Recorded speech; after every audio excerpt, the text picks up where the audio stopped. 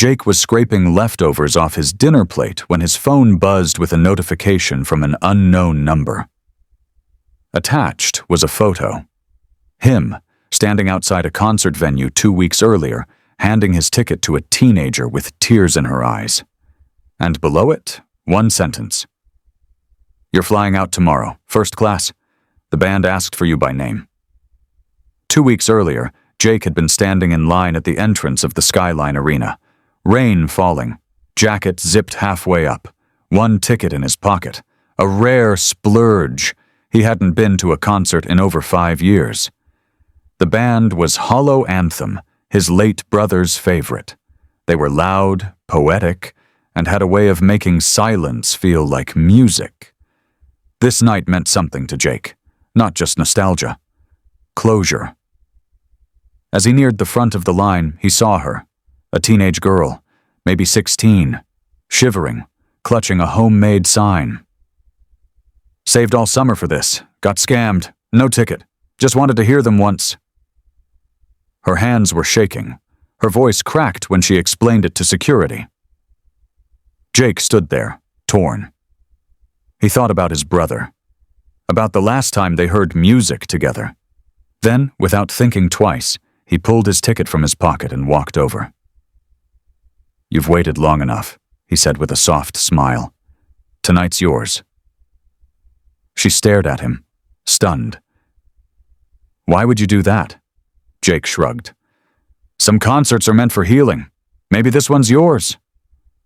He handed it over and walked away, not knowing someone nearby had taken a picture, not knowing that moment was about to echo louder than the music inside.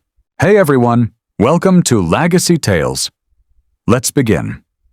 Jake never thought about it again. Until now. Until a private message, a boarding pass in his inbox, and a handwritten invite waiting on the other side of the country. "Hollow Anthem VIP soundcheck, guest of honor, Jake." Jake reread the message at least 5 times before believing it was real. Then he called the number attached to the photo. A soft-voiced assistant confirmed everything. "Yes, Mr. Jake Reynolds. The band personally requested you. A car will pick you up at 9 a.m. Your flight leaves at noon. You'll be staying at the Atrium Grand. All expenses covered." Jake blinked. This has to be a mistake." The voice on the other end smiled. "No mistake, sir. They said, you gave the world a better fan than they ever could have imagined." The next morning, Jake boarded his first ever first-class flight. Warm towels, real silverware, a seat that reclined like a cloud. He sat by the window, watching the clouds stretch like soft roads across the sky. He thought about that night again, about the way the girl's hands shook when she held the ticket, about how small the moment felt. And yet now, somehow, it had changed everything. When he landed, a man in a suit was holding a sign that read, "VIP guest, Jake." The car ride to the venue was quiet, not awkward, just filled with nervous energy. As they pulled into the backstage entrance of the arena, Jake saw something that made his breath catch. The girl. The same one from the concert. She was standing beside a stage crew member holding a clipboard and wearing an official tour lanyard. When she saw Jake step out of the car, her eyes went wide. Then she ran over, no hesitation, no formality, and hugged him. "I didn't think they'd find you," she said, nearly crying. "I didn't even know your name until someone shared that photo." Jake was stunned. How did you end up here?" She stepped back, wiping her eyes. "After the show, I wrote a letter to the band, told them what happened, showed them the photo." She paused. "I never thought they'd care, but they did." She pulled out her phone and showed him a message, a screenshot from the band's manager. "Find this guy. That's the kind of soul we want in our front row." Jake didn't know what to say. All he could manage was, "Did you enjoy the show?" She laughed. "Best night of my life." Then she added, "Tonight might top it, though." "You're You're not just attending. You're part of it. Jake blinked. Part of what? She smiled wide. You're going on stage with them for sound check. They want to meet you, thank you, and dedicate something. Jake's chest tightened. Dedicate what? She leaned in and whispered the song title. It was his brother's favorite. Jake stood just off stage, surrounded by cables, amps, and people who moved like clockwork. He wasn't sure where to look, where to stand, or what to do with his hands.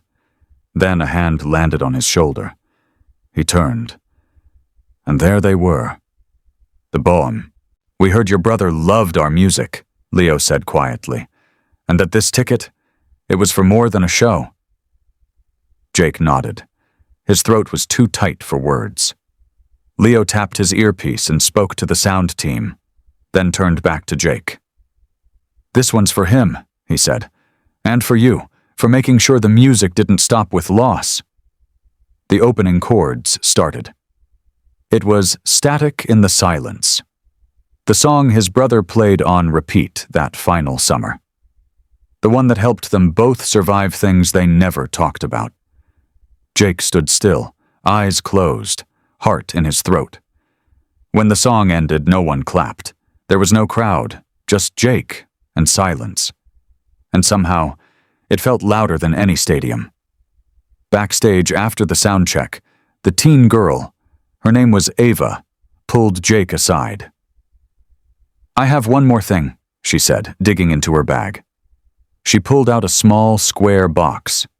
Inside was a worn concert wristband.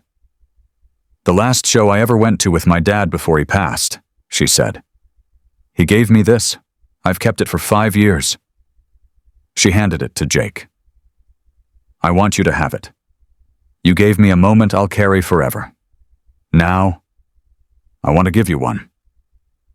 Jake took it with both hands, not because it was expensive, but because it wasn't, because it meant something. And so did he. Some stories don't end in arenas or autographs. Sometimes they start in line, in the rain, with a quiet decision to step aside. And sometimes they come back with music and remind you that when you give something up, you don't lose. You just make room for something greater.